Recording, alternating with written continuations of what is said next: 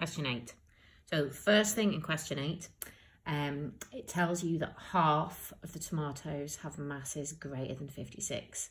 Now, you know in a normal distribution that half the results are below the mean and half the results are above the mean. So that means mu is 56 grams. So you also know that 70% are greater than 53.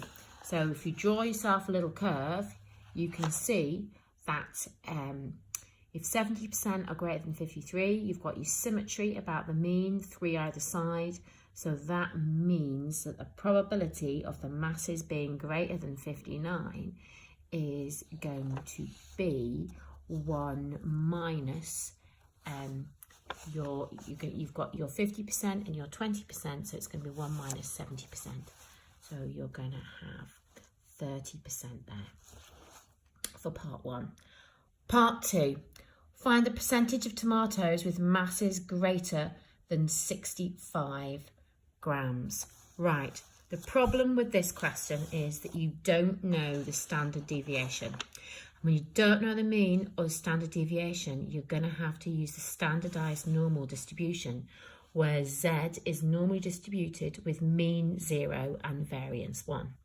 Now, you know that the probability of X being less than 53 is 0.3.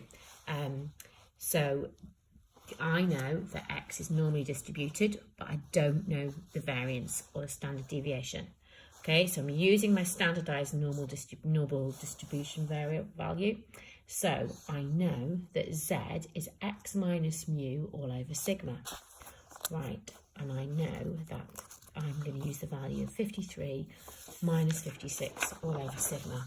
Using my inverse normal to find my value of Z, this is what I put in my calculator. So I'm looking at a left tail of 30%, where sigma is 1, mu is 0. I get a value of Z is minus 0.5244.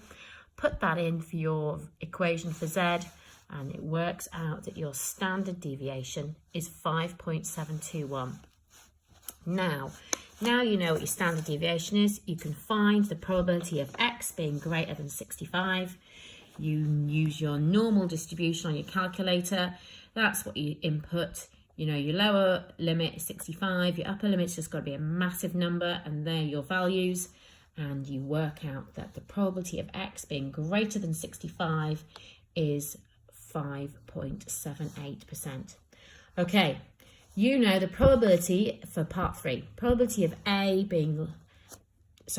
lying between 50 and A is 0.1. Right. Now, you can find the probability of X being less than 50. So if you think about rewriting that probability, you know it's the same as X being less than 50. Take away the probability of X being less than A. Now, the probability of X being less than 50 on your calculator is 0.1471. So if you substitute that in, you know that you're going to get the probability of X being less than A is 0.0471. Again, use your inverse binomial with your standardized normal distribution. So again, that's what I'm going to substitute into my calculator. I get Z is minus 1.67. I know that Z is X minus mu over sigma. So can you see that when I've written that in, I've had to go back and squash my 7 in of my standard deviation. Because remember, you substitute that in using your standard deviation and you get the value X is 46.4. Okay, question 9. Question 9, at first glance, I thought looked a little bit sneaky, but actually it turns out okay. Right, part I, it's not binomial. You're not replacing the discs, so the probability is not constant nor independent.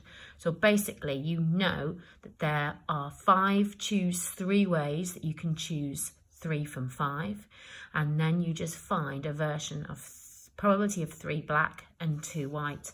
So you use your way, instead of having to draw a really hard tree diagram, you would use your 5 choose 3, and you're going to have your 3 black and then your 2 white. And if you put that in your calculator, it gives you 0.164.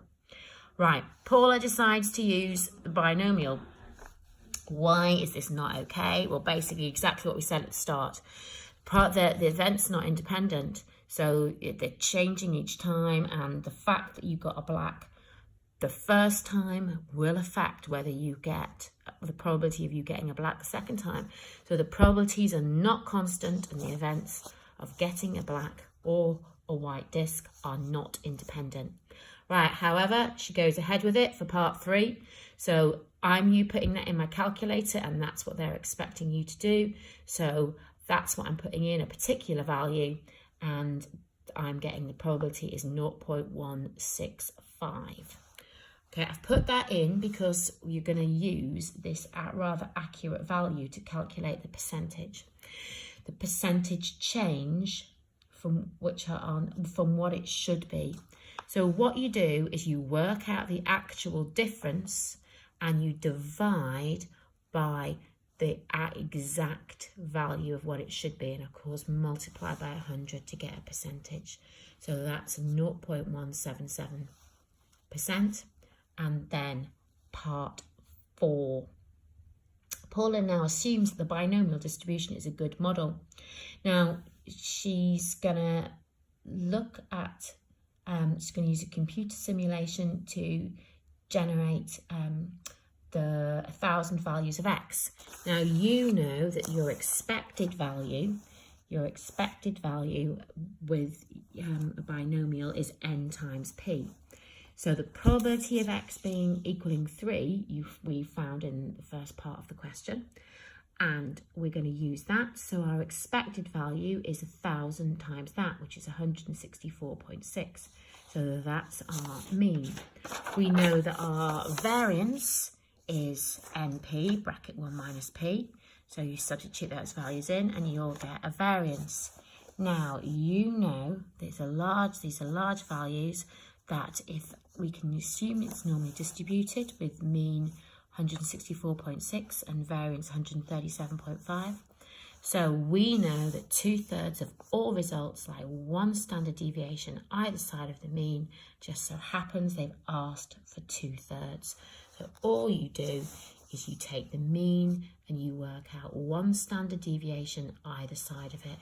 So you are going between 153 and 176.